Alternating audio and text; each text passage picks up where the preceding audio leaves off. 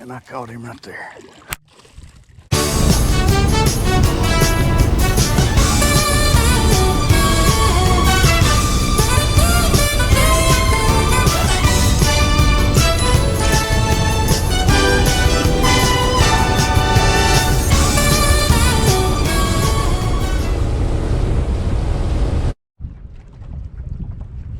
Here we are, folks. We're out here at it again today. It's kind of overcast and cloudy, and got a different view than normal today. What I've got on, but it's bigger.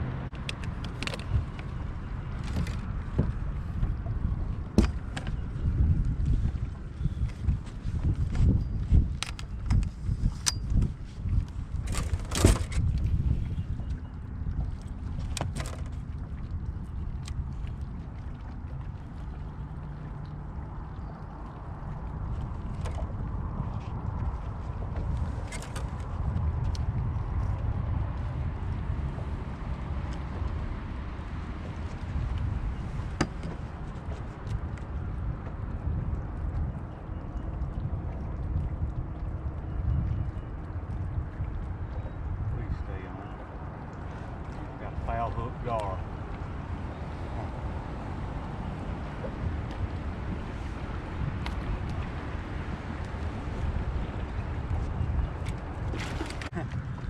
Alright folks, I guess you just will see, I thought I had the world record spotted bass on, and out here throwing a crankbait out here on this river point. And it wound up being about a 12-15 pound gar. And I'm gonna edit out my bad language, I'm sorry about that. But, tore my split ring out of my crankbait, and I saved the crankbait. But you are gonna see some, I'm gonna switch over here in a little bit and have some chesty, I guess it is, but have the camera on my chest. I'll switch over a little bit and do that, just kind of give a different look. But I think maybe, just maybe, when I get over here in this ditch, that I can get some bites. Get a little mojo going there.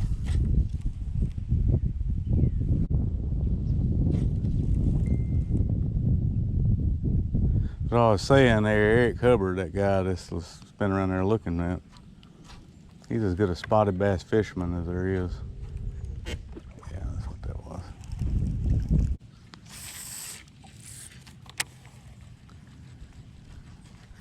Out fishing around these brim beds, around the edges, see if there's any kind of thing hanging around there. A lot of times you can pick up a bass out on the sides of these, most everybody calls them bluegill beds, but it's a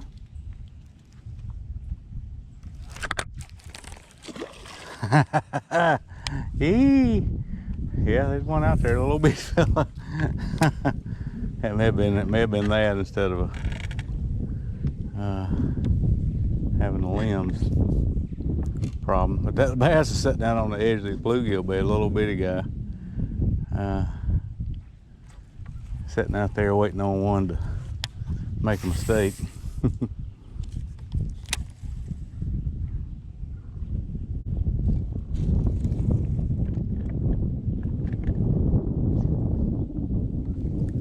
It's a perfect ambush point right there. There's some hard cover and some grass, and falls off to about 7 feet right there.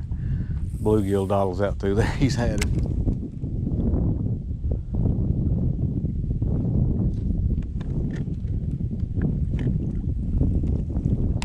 Pretty good. Oh, I bet he wasn't 8 inches long.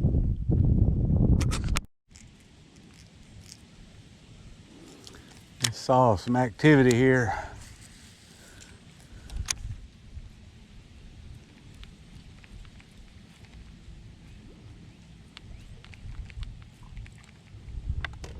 See what we can get stirred up. There's a bunch of willow flies hatched out here. And the brim are coming up here, wailing on the willow flies pretty good. I saw a bass, like a little one, chase a brim. Almost got the brim airborne trying to get up in that grass.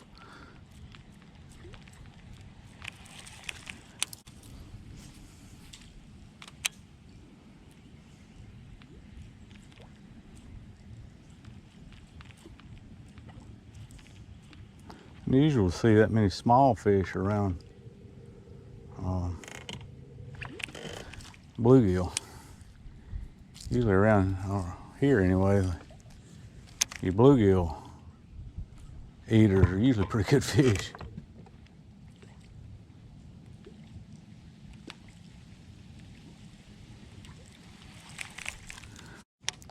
The lake spawner up in there and his garden fry. I'll be done. There's some fry that's running around everywhere in there. And I caught him right there. It's a good fish.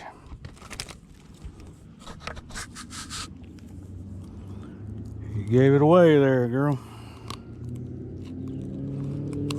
Gardening fry up in there. That's a good fish right there. Good fish. Glad to have it. What I'm trying to do here, so that was just a add-on fish. I'm over here now what I came to do, which was bring this jig off of that ditch there, off in this ditch. There's a ditch that runs trails all the way around this. This used to be a pond before they cut it into the river. And there's another one on the other side over there.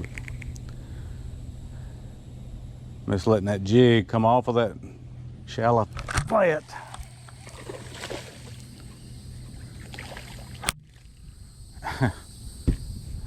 Off of that shallow flat. And a little bitty fella.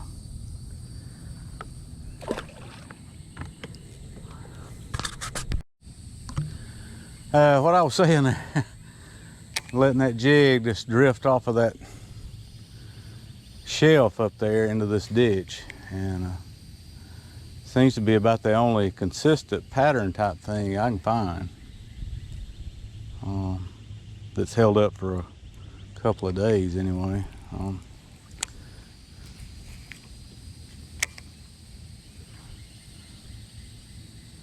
And where I caught that fish, just that better fish, just a little bit ago, it was right. It was on the flat part of that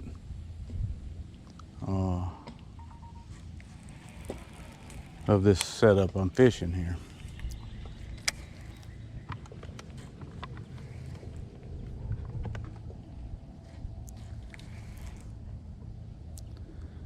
And this is jig. It's one of mine right here, so I'm glad to be catching a few on it. This Falcon rod, I think I mentioned something about it last year. It's this great rod.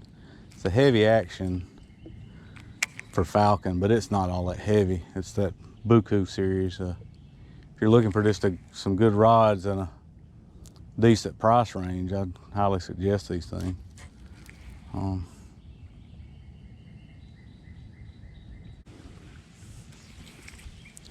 This is one of my favorite ways to fish too, by the way. I love to just sit and watch, kind of be a line watcher when you do this. Letting it fall off into this ditch. It's kind of fun, kind of takes me back to the old, when I was a kid day. Those Zebco 33 days, running around fishing all the ponds. You would kind of, then when we're fishing slow moving bait, worms or whatever, it's hard to imagine this now. You would hit that thumb release on that Zebco 33 when you get a bite. You let him run, is what we call it. Hey, let him run. And so it kind of reminds me of watching the line back in those days when you just watch that thing fall and you'll see it, jump, or all of a sudden that right there just kind of knocked a little slack in it. Another bluegill bed up there. But it's a fun way to fish. And a lot of people miss this bite right here. A lot of people go up and punch the grass. And I think that's how come I can get it right now. Is the bulk of the people in here fishing where I'm in this area I'm at would buzz down that grass that you see right there with some kind of, you know, flipping bait or punching bait, which is a good. I mean, that's good fishing. But you know, you're missing out if you don't, you know, double back over it or some way. I'm a good first down from that grass, 30 feet. And then just letting it slide off of there. And if I wanted to, you know, I'm pitching right up on the edge of it. So, you know, if there's a fish in that edge, you know, a fish up there close, generally speaking, they're gonna face that grass. So I'm getting it up in there where I can have a shot at those fish too. The only thing I'm really missing is fish that are wedged up in the grass.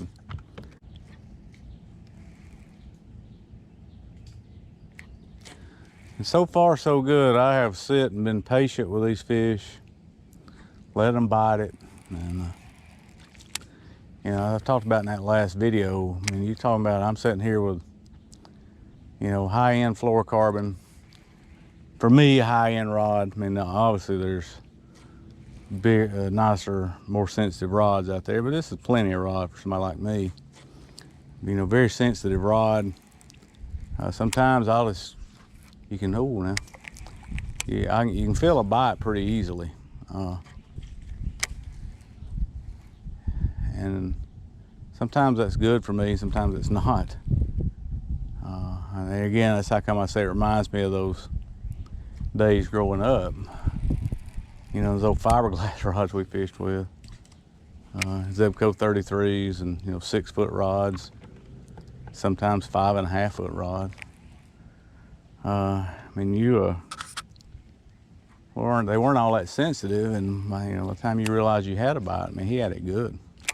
That's how come you know, you don't let them run anymore. They had it so good. I mean, we gut hooked a lot of fish, but we just didn't know. Heck, we didn't know any better.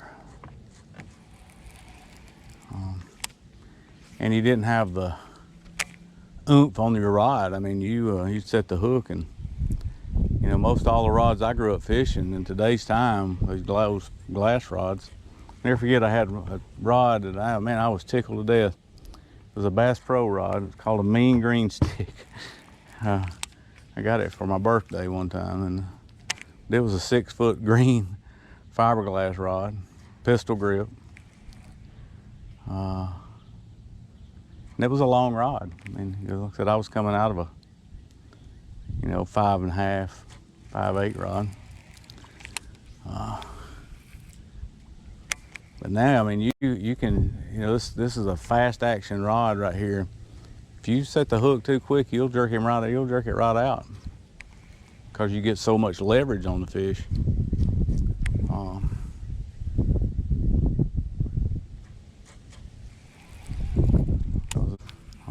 Their intent was to eat that.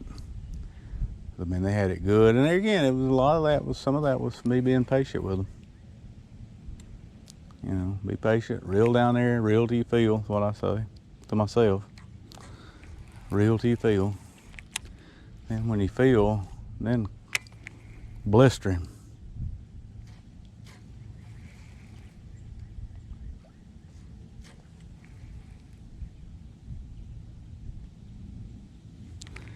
You know, again, I hate to keep talking about growing up. Growing up, you know, you fish that mono, and we were all, I mean, I was a slack liner. You would physically see line lead on the water and set the hook. Oh, man. I learned a lot about fishing and had a lot of good times, you know.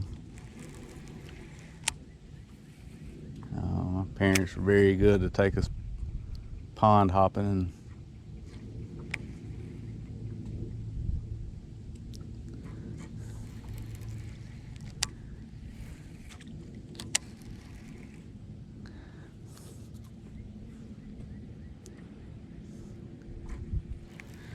brother Marty on here sometime. He can tell the green stamp rod story.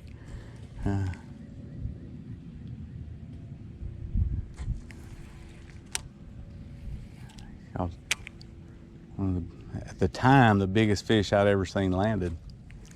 It was the benchmark for us was 5 pounds. If you caught a 5-pounder, and that was the benchmark. And you could have it mounted. But he caught one that weighed over 5 on a rod that my grandmother had saved up green stamps and got him. I'll get him on here one of these days and tell that story.